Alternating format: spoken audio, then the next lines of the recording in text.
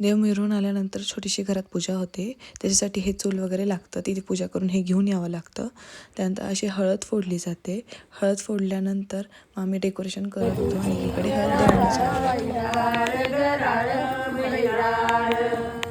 मांडवाच्या दारी ग सईबाई ग बाई जावरू सली मानाची मानाची मानाची मानाची बायानो ग. हे आमचं पूर्ण डेकोरेशन होतं. हे आम्ही गाणं सजवलं होतं. त्यानंतर आम्ही काही फोटोज काढले. फोटो काढल्यानंतर देवाच्या देवळात गेलो होतं सगळ्या देवांना आमंत्रण द्यायला.